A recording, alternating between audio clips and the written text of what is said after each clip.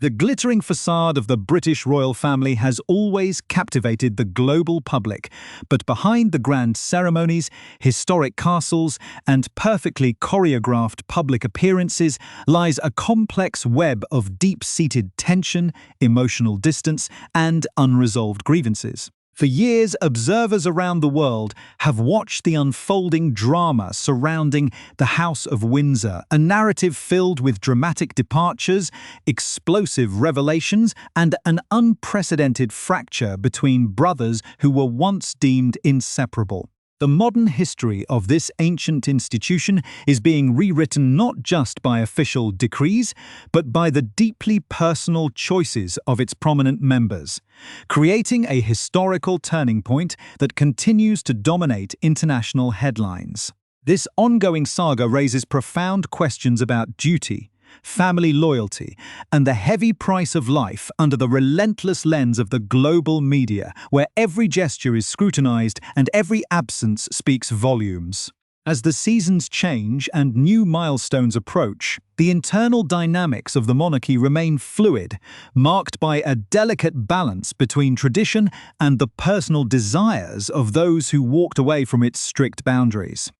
To stay completely updated on every twist and turn of this captivating royal narrative, make sure to subscribe to our channel and join our community as we unpack the hidden truths and latest developments from behind palace walls. The atmosphere within the royal circle is currently filled with an undeniable sense of anticipation and underlying friction, as whisperings of a major potential return begin to circulate through the corridors of power and the pages of the international press. At the center of this gathering storm is a prince who chose a radically different path, yet finds himself drawn back to the geography of his birth, driven by a complex mix of professional obligation and an enduring desire for family reconciliation. The landscape of the British monarchy has shifted significantly over the recent months, creating a backdrop where old alliances are tested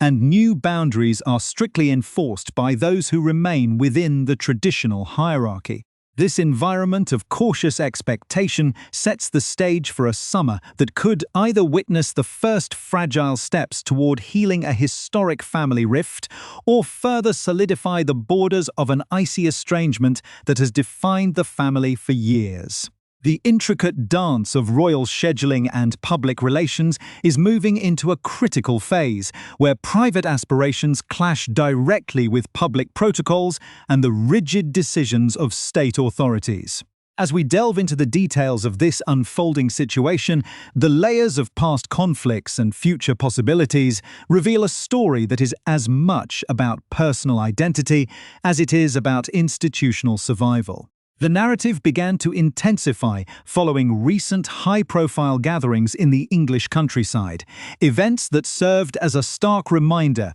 of who is currently embraced by the royal fold and who remains firmly on the outside. These social and ceremonial occasions highlight the current state of relationships within the family, illustrating the profound isolation of those who have departed from the traditional path of royal service. The contrast between the festive celebrations of the extended family and the quiet, distant planning of the exiled prince underscores the deep chasm that remains unbridled by time or changing circumstances. Every gathering of the lineage becomes a silent statement on the current hierarchy, a visual representation of unity that intentionally or unintentionally highlights a glaring void. This void is not merely geographical, it represents a profound psychological and emotional distance that has settled over the family, making every potential interaction a matter of intense international speculation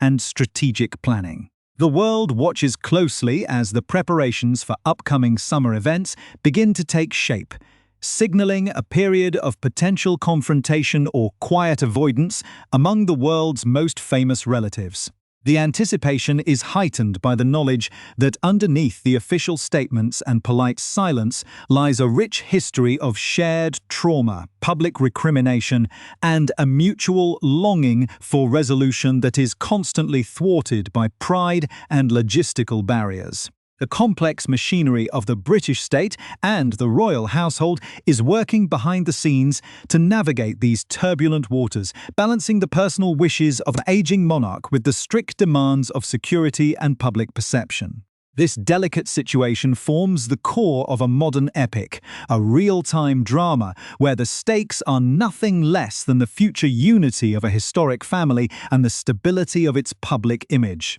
The upcoming weeks are poised to be a defining chapter in this modern royal chronicle, as the choices made by individuals on both sides of the Atlantic will reverberate through the institution for generations to come. The tension is palpable, the history is deep, and the outcome remains entirely uncertain as the world prepares for what could be a momentous summer in the history of the House of Windsor. The immediate catalyst for this intensifying royal drama centers on Prince Harry, who is currently preparing for an imminent journey to his homeland to oversee the countdown celebrations for the Invictus Games, an international sporting event he founded to support wounded, injured, and sick servicemen and women. This upcoming trip, scheduled to take place in July, marks a significant professional milestone as the preparations for the event in Birmingham enter a crucial phase, drawing the global spotlight back to the prince's signature philanthropic achievement. However, behind this noble public endeavour lies a deeply personal agenda, as close sources reveal that the Duke of Sussex desperately hopes to use this visit as an opportunity to bring his wife, Meghan Markle, and their two young children, Prince Archie and Princess Lilibet, back to England. The desire for a family reunion is driven by a profound sense of urgency, particularly regarding the prince's father, King Charles, whose ongoing health battles have cast a poignant shadow over the family's unresolved dynamics. Harry is reportedly anxious for his children to spend meaningful time with their grandfather, whom they have barely seen since their parents made the momentous decision to step back from active royal duties and relocate to Montecito, California. This planned return, however, is fraught with immense logistical and emotional hurdles, as the family has not travelled together to the United Kingdom since the state funeral of Queen Elizabeth II, a sombre occasion that highlighted the profound fractures within the dynasty. The stakes could not be higher for the prince, who finds himself balancing a commitment to his global charitable initiatives with an intense, lingering longing to repair the severed ties that bind him to his family heritage. The narrative of this potential summer reunion is further complicated by the rigid stance of the British government regarding the Sussex family's personal security, a contentious issue that has been the subject of a prolonged legal battle. Prince Harry has repeatedly expressed deep anxieties over the safety of his family on British soil, arguing that the removal of their taxpayer-funded armed protection has made it virtually impossible to return with his wife and children. While some government insiders previously hinted that a resolution was a mere formality and that high-level security would be restored for the duration of their visit, the Duke's legal team has yet to receive an official confirmation or update from the Home Office. This administrative gridlock has left the entire plan in a state of precarious limbo, with sources stressing that no firm arrangements can be finalized until the critical issue of armed protection is definitively resolved. The prince has previously confessed his devastation over losing his legal challenges in this matter, stating openly that he cannot envision a scenario where he would expose his family to potential dangers without the guarantee of comprehensive state protection. Despite these significant security barriers, Harry remains steadfast in his belief that an intervention could occur, though palace insiders have consistently countered that such matters are strictly within the jurisdiction of state authorities rather than the personal discretion of the monarch. Adding to the palpable tension surrounding this anticipated visit is the absolute certainty that Prince Harry will not be reconciling with his elder brother, Prince William, during his time in England. Sources have firmly established that there is currently zero chance of a meeting between the two siblings, whose relationship remains frozen in a state of profound and seemingly irreversible estrangement. The Prince of Wales is said to remain deeply aggrieved by the explosive revelations contained within Harry's controversial memoir, which laid bare the intimate and often painful details of their fractured brotherhood and cast a harsh light on senior members of the royal household. This deep-seated resentment was visually underscored during recent high society events in England.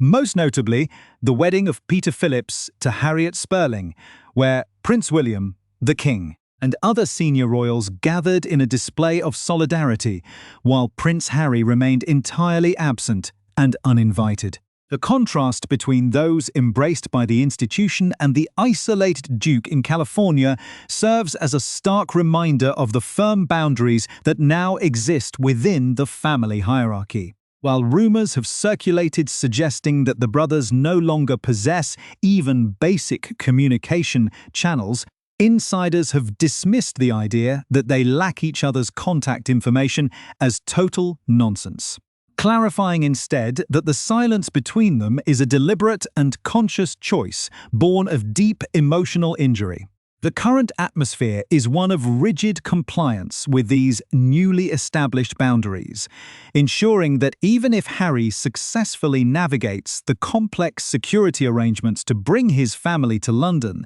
the circle around the Prince of Wales will remain entirely closed to him. The ongoing separation between the brothers represents a tragic continuation of a public and private rift that has redefined the modern monarchy, transforming a once unbreakable bond into a cautionary tale of fame, duty, and public recrimination. As the July deadline approaches, the duality of Harry's mission becomes increasingly clear, presenting a scenario where professional triumph on the sporting stage must coexist with a deeply painful and segregated private existence within his own homeland. The world watches with bated breath as the logistical details are negotiated behind closed doors, knowing that every decision made in the coming days will have a profound impact on the future landscape of the House of Windsor,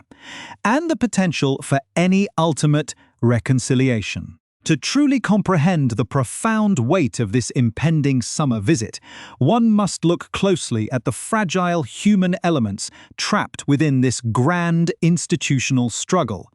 particularly the youngest generation of the Sussex family. Prince Archie, who has now reached the age of 7, was a mere infant when his parents chose to depart from the structured confines of royal life in the United Kingdom, meaning his formative memories are entirely tied to the sun-drenched landscapes of California rather than the historic palaces of his ancestors. His younger sister, 5-year-old Princess Lilibet, occupies an even more distant position relative to her heritage, having visited her father's homeland only once in her life, during the late Queen Elizabeth II's historic Platinum Jubilee celebrations. Consequently, both children have had virtually no opportunity to build a relationship with their grandfather, King Charles, a reality that is said to cause Prince Harry immense personal sorrow and an increasing determination to rectify before time runs out. The desire to foster a bond between the monarch and his distant grandchildren is a powerful driving force behind the current push for a UK visit, yet the realization of this wish remains entirely dependent on the resolution of the ongoing administrative and security stalemates. Even if the logistical barriers are miraculously overcome, sources have confirmed that as of right now there is absolutely no agreed time or formal schedule for Prince Harry to meet with his father during his stay in England. The last face-to-face encounter between the Duke of Sussex and the King occurred for a brief afternoon tea, a short and highly controlled meeting that underscored the cautious and measured approach the palace now takes toward these interactions. This lack of definitive planning indicates that while the desire for family reconciliation is strong on one side of the Atlantic, the daily realities and health constraints of the British monarch require a level of protection and scheduling that cannot easily accommodate sudden or unstructured family reunions. The path forward is further obscured by a long and documented history of public statements, grievances, and deeply personal revelations that continue to cast a long shadow over any potential healing process. Meghan Markle has spoken with total candor on multiple global platforms about the immense psychological toll of her time living behind palace walls, describing an environment where she felt profoundly isolated, emotionally unsupported, and subjected to intense racial undertones from both the media and within the institution itself. Her return to the United Kingdom would mark her very first time stepping onto British soil since attending the state funeral of the Queen, a prospect that undoubtedly brings an added layer of emotional complexity and public scrutiny to an already volatile family situation. For Prince Harry, the perspective on these deep-seated disagreements has undergone a visible evolution, marked by a public declaration that he has actively chosen to forgive his family for the numerous painful conflicts that defined their shared past. In recent public reflections, the Duke of Sussex has emphasized the supreme fragility of life, pointing directly to his father's serious illness as a stark reminder that prolonged fighting and ancestral resentments serve no ultimate purpose when time is so desperately precious. This shift toward a philosophy of forgiveness and a desire for peace represents a significant departure from the defensive posture of previous years, illustrating a mature realization that the clock is ticking on any chance to establish a harmonious relationship for his own children. Yet, despite this internal resolution, the practical realities of the British state apparatus remain a cold and unyielding obstacle, as the Home Office continues to maintain its strict position regarding the allocation of taxpayer-funded security assets. The contrast between Harry's emotional readiness to reconcile and the rigid administrative boundaries of his homeland creates a poignant narrative deadlock where personal growth and the desire for peace are continually thwarted by bureaucratic protocols and unresolved legal arguments. This intricate situation is not merely a passing tabloid story. It is a historic turning point for the modern monarchy, highlighting the immense difficulty of balancing ancient institutional standards with the deeply human needs of a family unit torn apart by global fame. The coming weeks will reveal whether the shared realization of human vulnerability can finally bridge the deep chasm that divides the House of Windsor, or if the boundaries established during years of public and private warfare will remain permanently unyielding. As the world watches the unfolding preparations for the Invictus celebrations in Birmingham, the true climax of this narrative will take place away from the stadium lights. In the quiet, highly guarded rooms where a prince seeks to reclaim a piece of his heritage and a grandfather hopes to finally embrace his distant grandchildren before the window of opportunity closes forever.